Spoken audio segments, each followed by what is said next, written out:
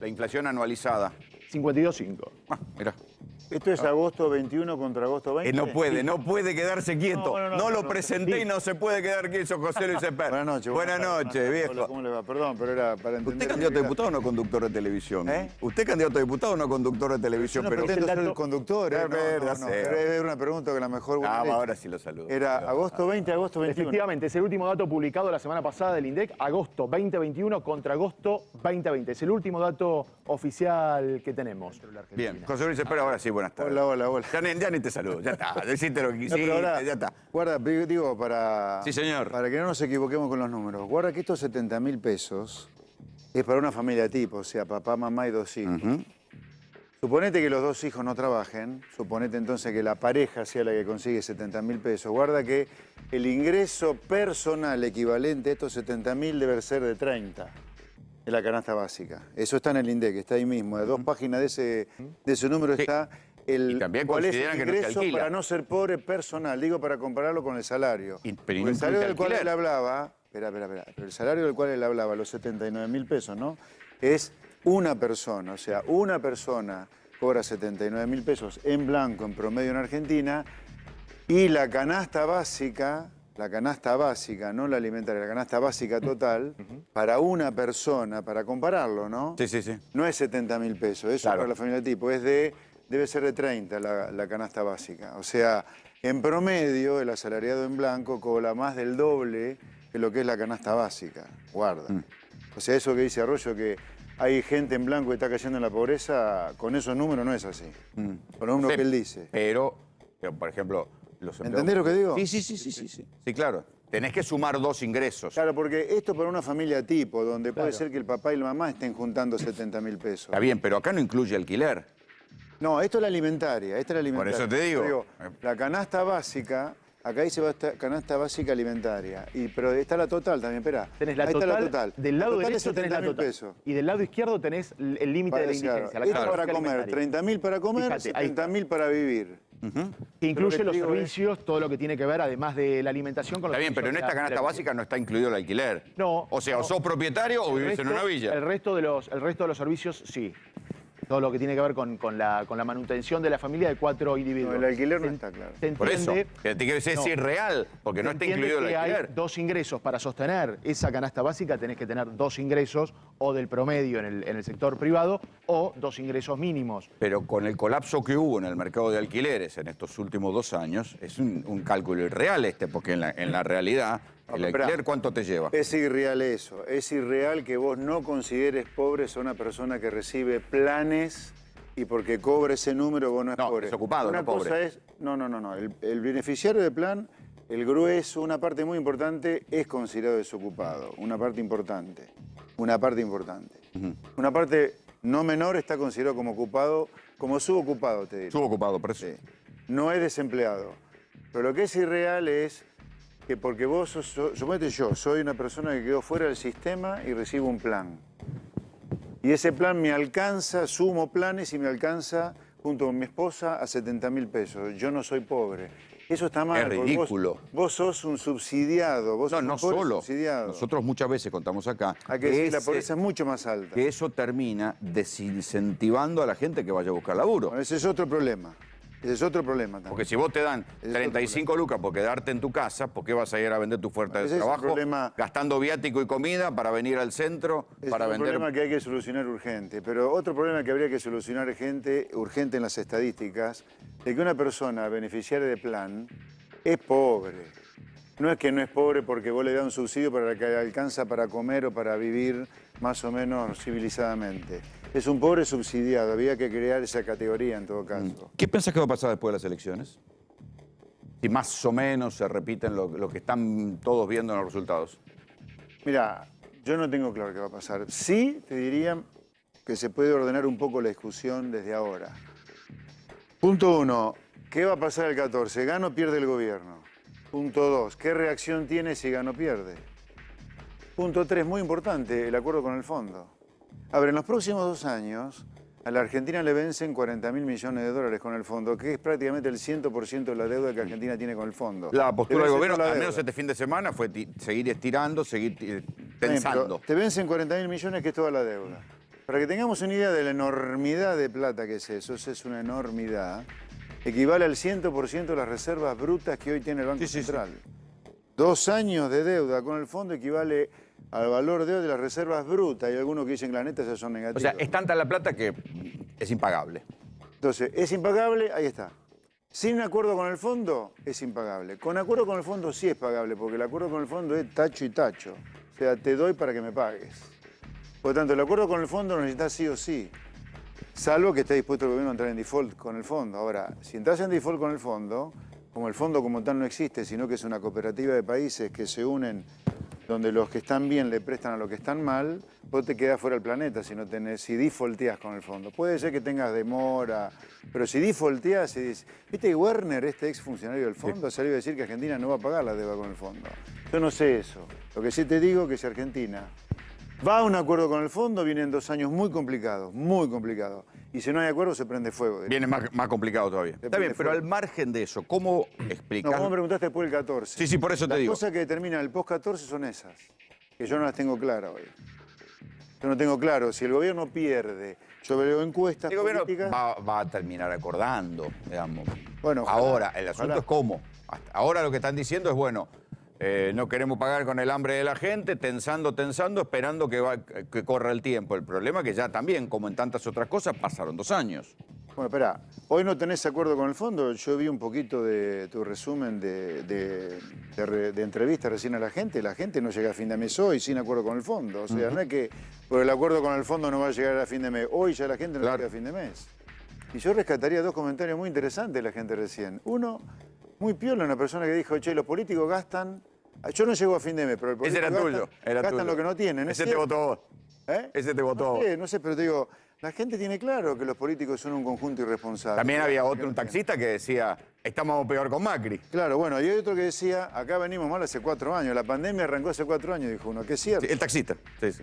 Otro taxista dijo eso, que es cierto, acá la crisis arrancó en 2018, casi 4 años ya llevamos. Es que se ve claramente lo que dice la calle coincide con la macro. Ahora, sin duda que la crisis comenzó ahí, por culpa de un gobierno previo al de Alberto Fernández, irresponsable, que gastó más de lo que recaudó.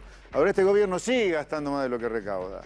Ahora, como uno cuando asume como gobierno, asume sin beneficio de inventario, Fernández debería haber tenido en cuenta que recibió un país hecho mierda económicamente hablando del anterior gobierno y una cuarentena, que lo hemos discutido bastante, debería haber sido mucho más intermitente que acá. Pues si la gente hoy está fundida, en parte es porque lo tuvieron encerrado demasiado tiempo.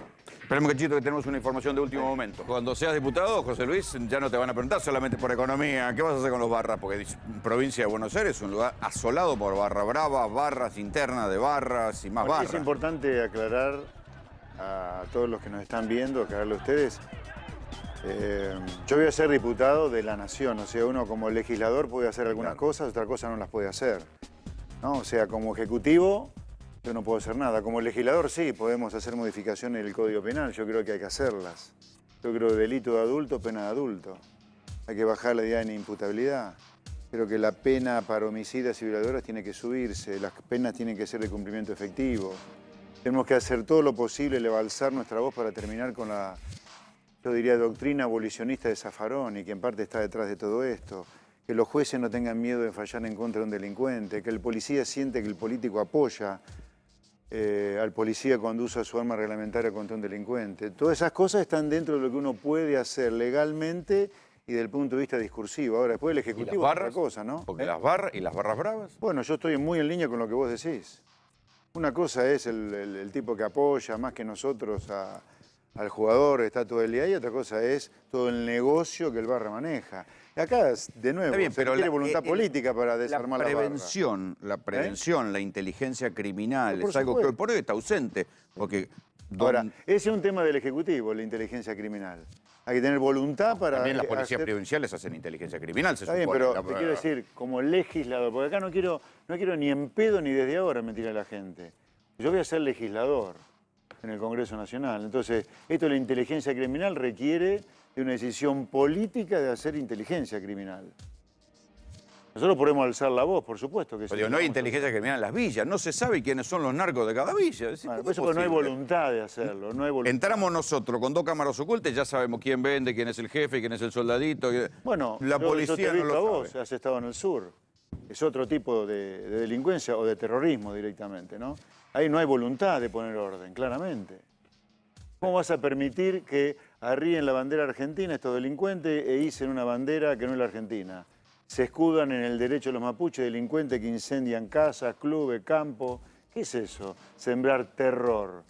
El gobierno de Alberto Fernández tiene que sacarle a la gente del sur el terror que siente vivir ahí a manos de estos delincuentes. Que mande a las fuerzas federales. Espérame un cachito porque baja tasa de natalidad de empresas tiene la Argentina. Y ya, a ver, déjame decirte algo del control de precios. El gobierno, que no nos agarren de boludos los argentinos. Ya sabemos que el control de precios es un fracaso siempre. ¿Cuántas Yo te veces diría, no van a- está bien, pero yo te diría, No, las pero empresas pará, nos agarran de boludos si suben, no, suben los precios de esta manera. Este es un acting para justificar el fracaso del control de precios en 3, 4 meses, Rolando. 1000 veces hemos controlado los precios, 1000 veces fracasaron. ¿Por qué no somos adictos a algo que está bien hecho y no a algo que está mal siempre? Dejémonos de joder. El problema de la inflación es un problema monetario y eso viene del déficit que viene por el exceso de gasto. Gasto que se fija en el Congreso, que está durmiendo el sueño de los justos del 15 de septiembre. Es una parte de No la lo han biblioteca. tratado. Hay otra parte de la biblioteca. No. La parte de biblioteca que dice otra cosa es el fracaso nuestro. Hay Así un que tal Biden esa que no parte, suscribe esa biblioteca, Luis. esa parte está Digo, equivocada. No. Es una La parte de la nuestra, biblioteca. Hay otra 90 que años no. de inflación, 90 años de inflación, dejémonos de joder, que somos cuadrados con una baldosa que no sabemos por qué se produce. Por Dios. Te vuelvo a repetir. En Argentina, hablemos de Argentina, y en todo el mundo, pero hablemos de Argentina, que es lo que me importa, los caraduras del Congreso tienen durmiendo el presupuesto de la Nación desde el 15 de septiembre que lo presentaron y no lo tratan, mucho menos lo sancionan. Si están para boludeces como la ley de etiquetado frontal, que no es un problema urgente para la gente no llega a fin de mes porque hay inflación. Y la inflación son los caraduras del Congreso los que le tienen que sancionar. Y no lo hacen. Por eso, vamos a la teoría legislativa. Yo soy legislador, lo primero que pido es tratar el presupuesto para bajar la inflación, que es lo que hace que la gente no llegue a fin de mes. La gente tiene miedo de perder el trabajo. Necesitamos una reforma laboral para que la gente tenga trabajo. Trabajo en blanco. Hay 6 millones de laburantes ¿Vos laburantes sos en de los negro. que suscribe que hay que sacar las indemnizaciones? No. Yo con el proyecto este... A ver, Hay proyecto Lutó. bienvenido a los socialistas del gobierno de la Ciudad de Buenos Aires, del Lutó, Socialista, no etcétera, te cree nadie. que ahora están tratando de discutir cosas de sentido común, una reforma laboral, bajar impuestos, pero yo no les creo nada, quiero decirte. No, yo no estoy de acuerdo con el sistema Lustó. Me parece onerosísimo para la empresa y ergo va a ser O sea, que onerosísimo vos para el estás de trabajador. acuerdo con sacar las indemnizaciones. Sí, lo que no estoy de acuerdo para nada es con este delirio que vos echás a un tipo sin justa causa y te funden la empresa y quedan 20 tipos desempleados en uno solo. O sea, Bueno, pero debe haber estamos un realistas. medio. Por Entre eso, una cosa y a ver, otra. yo Entre te sacar compro, las indemnizaciones. que en Argentina no estemos preparados para un sistema como Estados Unidos, que es el que lo hizo grande Estados Unidos. You are fired, tú estás despedido, ¿ok? Suponete que nosotros no estemos preparados para eso. Yo recuerdo solamente que es de los países que con menos desempleo que hay en el mundo. ¿Sí? Ok, no estamos preparados culturalmente para eso, pero esto es un delirio lo que tenemos hoy.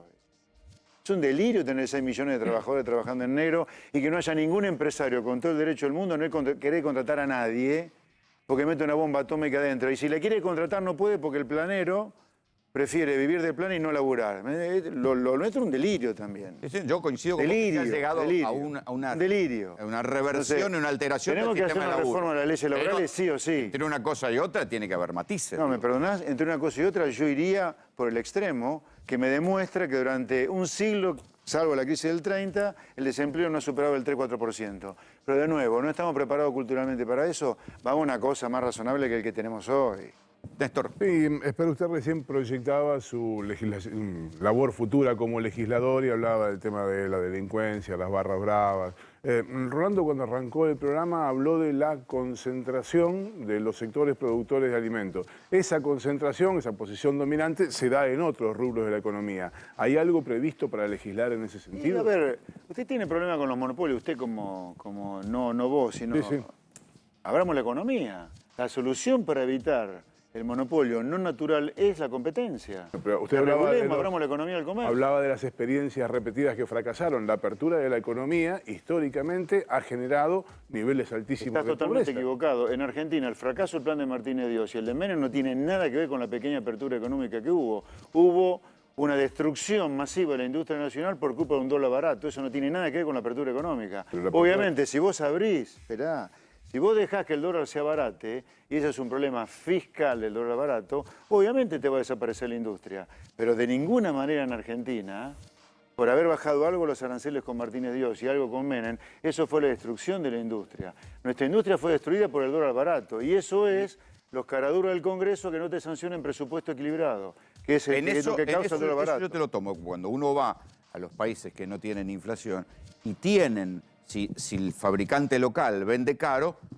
hay otro que te viene de afuera con un producto más barato. Eso te lo tomo. El problema es que acá en la Argentina, las pocas veces que pasó eso, eran los propios fabricantes los que importaban, se daban vuelta y mantenían el precio caro. Vamos a discutir el gordo. Ojalá El pasara gordo eso, para que eso... es O sea, yo que- creo que la inflación se baja con competencia, en eso coincido con vos. No, son dos cosas diferentes, Rolando. Si las cosas son caras, es una cosa. Ahora, si las cosas suben, sean caras o baratas, es otra que no tiene nada que ver con por qué son caras o baratas. Si las cosas son caras o baratas, vos tenés que ver cuánta competencia hay ahí, qué nivel de impuestos indirectos hay ahí, porque te recuerdo que acá todos los días hay un genio que se le ocurre subir impuestos, ¿no? A todos los genios se le ocurre subir impuestos acá. Y muchos son indirectos para no pagar el costo político de decirte que el impuesto a la ganancia es 60%, no 35%, pero te cobran ingresos brutos, IVA sobre los productos que vos consumís. Eso es una cosa, ¿por qué las cosas son caras o baratas? Y ahí yo te diría hay un tema de impuestos, de desregulación y falta de competencia.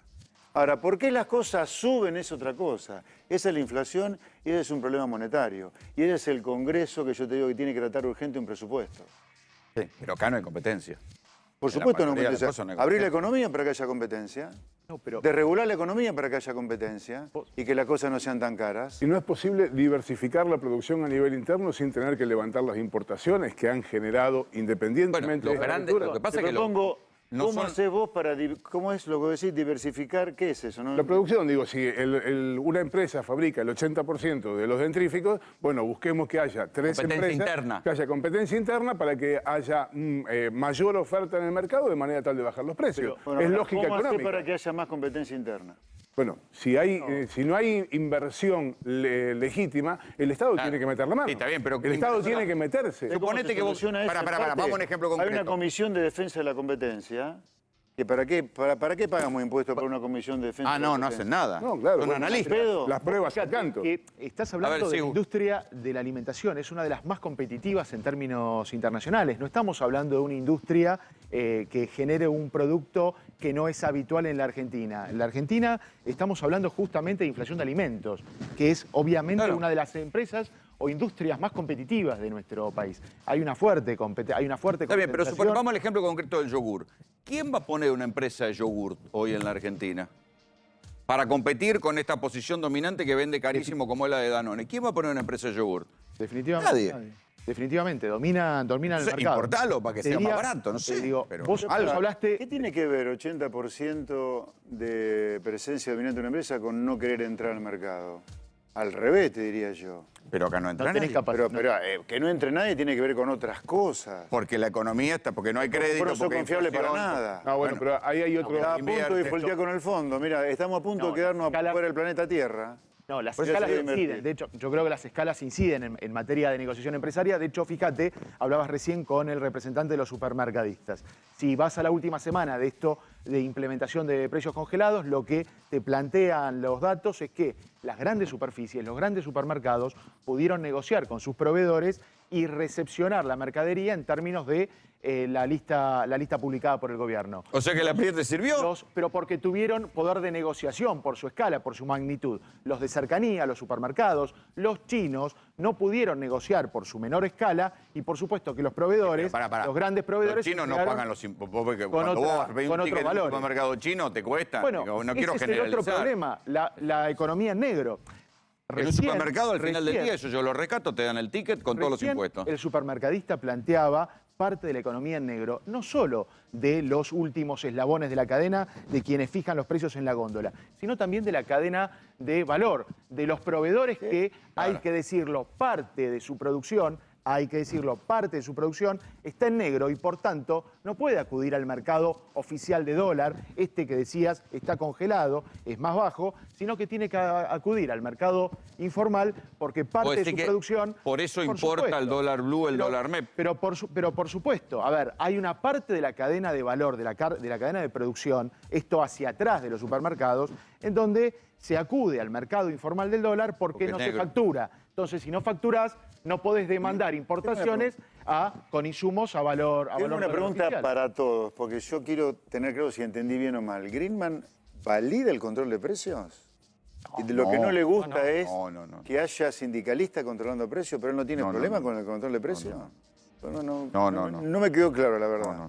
Pero lo que yo decía es un disparate el control de precios. es la cuestión de los mercados informales, porque una de las estrategias que se alienta son los mercados informales para bajar los precios. Claro, pero o sea, esto termina siendo una especie de competencia rara, porque el comercio que supuestamente paga los impuestos tiene que competir con el mercado informal. Está bien, esto es para los sectores más pobres, pero no dejan de ser mercados informales, véanlo. Esta es la clave de estos lugares y la explosión que ha tenido en este momento. Y que termina vendiéndose cualquier cosa, de cosas usadas hasta cosas robadas, como en todas las ferias populares. Y esto no tiene que ver con ningún tipo de estigmatización. En un lugar donde hay mucha gente y hay poco control, terminan pasando estas cosas. Decíamos recién, es como parte de las muchas piezas del rompecabezas económico que están alteradas. Y bueno, por eso era importante durante la cuarentena que fuera lo más intermitente posible, porque esto pasa porque la gente está fundida, ¿no? Si no come ahí, no come, porque quedó fundida, no hay un mango en la calle. Te lo dice cualquier comerciante de cualquier tipo. Entonces... El gobierno dice que algunas actividades se están recuperando. No, sí, se está recuperando, pero te digo, el grueso de qué se queja la gente, y esto ya me consta más que antes todavía que estoy recorriendo el conurbano y la provincia a diario, la gente... El comerciante se pasa horas durante el día sin abrir la caja, porque la gente no tiene un mango. La contracara de eso que está ahí es esto.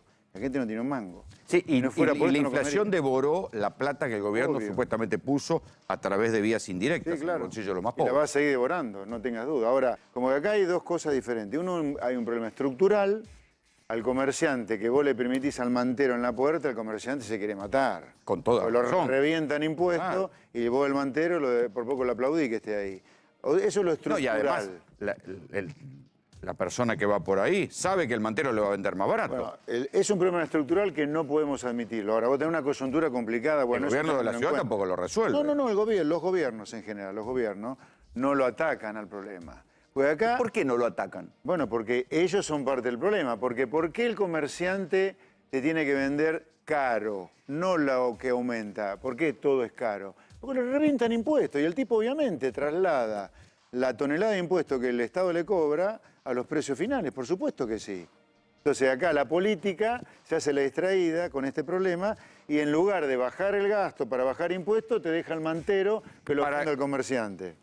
Está bien, pero eso a la larga viene contra la propia política, porque es la que necesita recaudar esos impuestos. Pero bueno, ahora vamos, si querés, a lo político. ¿Por qué te crees que hoy los que defendemos las ideas del sentido común tenemos algo de anuencia en la gente? ¿Por qué nos miran con algo de curiosidad, por lo menos? ¿Por qué nosotros creemos que vamos a hacer una mucho mejor elección el 14 de noviembre? Pues la gente se está empezando a dar cuenta que la están cagando como palo gallinero los políticos tradicionales. O sea, ¿a vos te parece que Santilli en la provincia de Buenos Aires un peronista, Stolbizer socialista, es solución para los problemas que tiene el comerciante que lo revientan impuestos? No, porque para dejar que al comerciante lo revientan impuestos hay que bajar el gasto público. Ahora acá hay que tener cojones. Bueno, de hecho Larreta puso un impuesto a las tarjetas de crédito. Sí. Dicho sea de paso. Está mal titulado en Argentina lo que ha hecho el mundo, el G20, con este impuesto a las multinacionales. ¿Por qué? No es un sobreimpuesto, sino que se ha llegado a un acuerdo en el contexto del G20 que el impuesto mínimo a las ganancias de las multinacionales es del 15%, es de ahí para arriba. Esto es simplemente para atacar a algunos países como Irlanda, que como tienen un impuesto a las ganancias más bajo que en el resto de Europa... fomentan que otras empresas se vayan. Lo que hacen es trasladar la ganancia desde, ponerle, Alemania a Irlanda. Acá a nosotros ni nos toca el problema, porque el mínimo es 26 y el máximo es 35 de impuesto a la ganancia. O sea, dejémonos de desinformar también.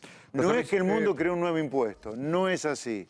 Digo esto para que los políticos nuestros no crean que ahora hay espacio para crear más impuestos todavía. Usted hablaba, así hincapié mucho en el tema de la carga impositiva que tienen las empresas. El gobierno ha sacado un plan que le permite al que tiene un plan social, que cuando consigue un empleo, mantiene eso, le beneficia a la empresa sacándole carga impositiva y le compensa solamente en la parte del sueldo que ganaría en el sector privado. Esto reduce impuestos e impulsa el empleo. Y sin embargo no hubo una explosión de empleo. Pero en este contexto, a ver, usted para invertir en un empleado tiene que tener clarito el horizonte hacia adelante primero. Lo segundo es las leyes laborales. Eso no quita que ese empresario, si llega a echar a esa persona el día de mañana, viene un demente de juez laboral que le funda la empresa por echar Un año, tiene un año de contrato. Yo además, persona que consigue trabajo, persona que cero plan social. Nosotros tenemos que recrear la cultura del trabajo acá. No puede haber intermedios. Si consigue un empleo, cero plan social. Pero ¿cómo hace para sacárselo al que tiene? No, el que tiene el empleo, digo, el que consigue un empleo. No, pero ¿cómo hace para desmantelar el globo, la bomba social de los planes? Sobre la pregunta de él, mi respuesta es esa. Yo creo que la persona que entonces consigue se plantea empleo, como una transición. Sí. Ahora, vos no podés sacarle los planes sociales a la persona que sí lo merece, que sí lo necesita. Podés decirle, es por un tiempo, es con alguna contraprestación. Yo creo que los planes sociales se requiere de una auditoría, porque hay mucho chante ahí dando vuelta, puntero, tranza y delincuente. Gracias por venir, José Luis. Un placer.